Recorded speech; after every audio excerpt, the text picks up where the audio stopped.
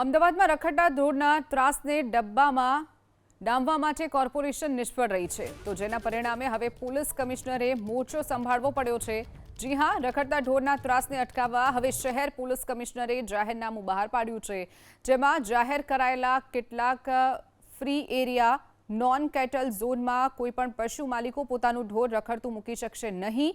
નિયમ તોડનાર પશુ માલિકો વિરુદ્ધ જાહેરનામા ભંગ મુજબ કાર્યવાહી કરવામાં આવશે। પોલીસે અમદાવાદ મ્યુનિસિપલ કોર્પોરેશનના ઢોર ત્રાસ અંકુશ વિભાગના સંકલનમાં રહી જાહેરનામાનો ભંગ કરનાર વિરુદ્ધ કાનૂની કાર્યવાહી કરવાની રહેશે। આ ઉપરાંત પશુ માલિકોએ 60 દિવસમાં પશુઓનું રજીસ્ટ્રેશન કરાવવાનું રહેશે।